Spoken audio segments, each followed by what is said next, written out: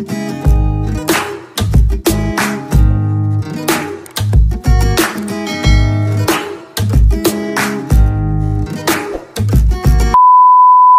ayan, good morning mga bossing idol. So meron tayong gagawin pala ngayon tungkol dun sa lagayan ng sisiw natin, kasi malapit na pong mapisa yung ating pasisiw na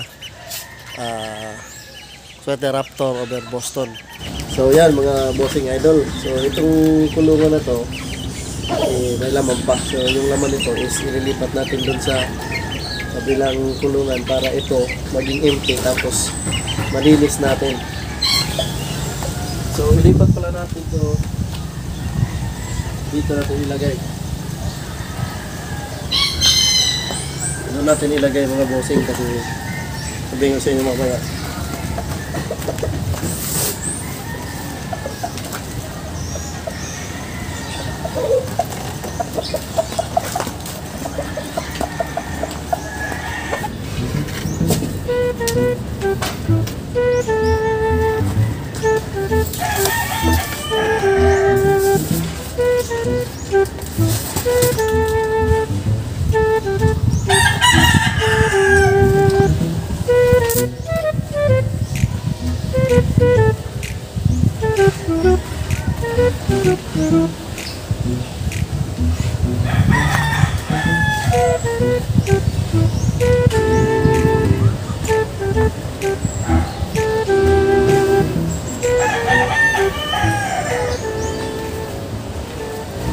So dito ko lang siya ilagay mga bossing idol, kasi may bubong naman sa ibabaw, tapos meron yung trapal para depensa sa tubig, tapos bagong environment, hindi masyadong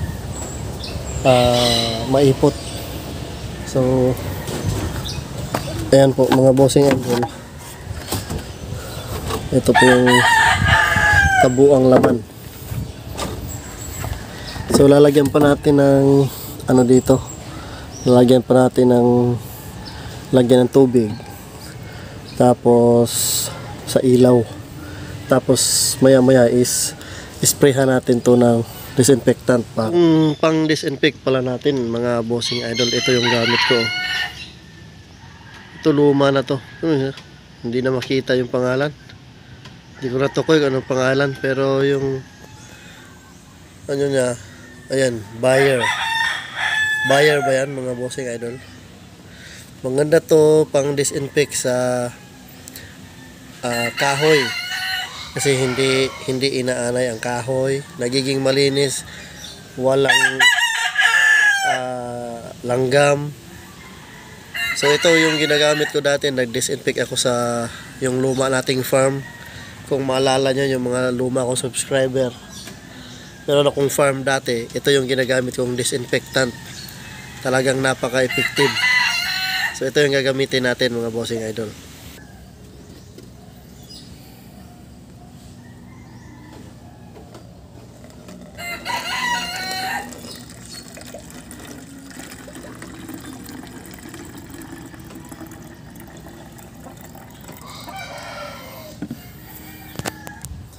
So yan mga bossing, ito yung gagamitin natin.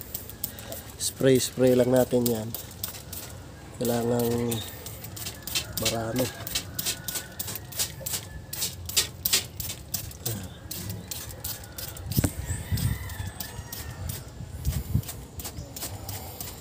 Matagal ko lang ginagamit ito na disinfectant mga bossing idol. Kaso nga lang, nakalimutan ko na yung pangalan, kasi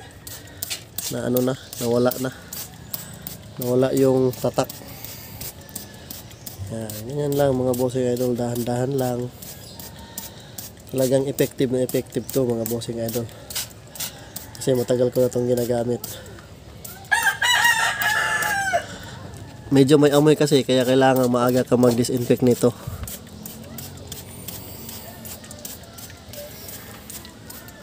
Yan, basa na. Okay na yan mga bossing idol. Ulitan na lang natin mamaya.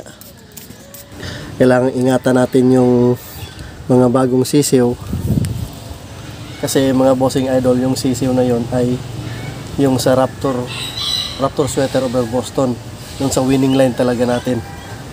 Yung sa alas talaga natin mga bossing idol. Kailangan talaga nating ingatan. So sana mapisa lahat, merong 11 eggs. Sana mapisa lahat. Pero kung hindi naman, kahit na 8, okay lang. Tapos kasi yung inahin natin na raptor sweater is umitlog siya ulit. Yun nga, meron na siyang 4 na itlog ngayon. So hopefully before mag-retire yung babae na yon, yung hen na yon, makapag-produce tayo ng medyo madami para meron tayong mapili na babae or lalaki na gagamitin natin sa susunod. Yun mga bossing idol. So yun muna yung update dito sa ating manukan. Thank you po.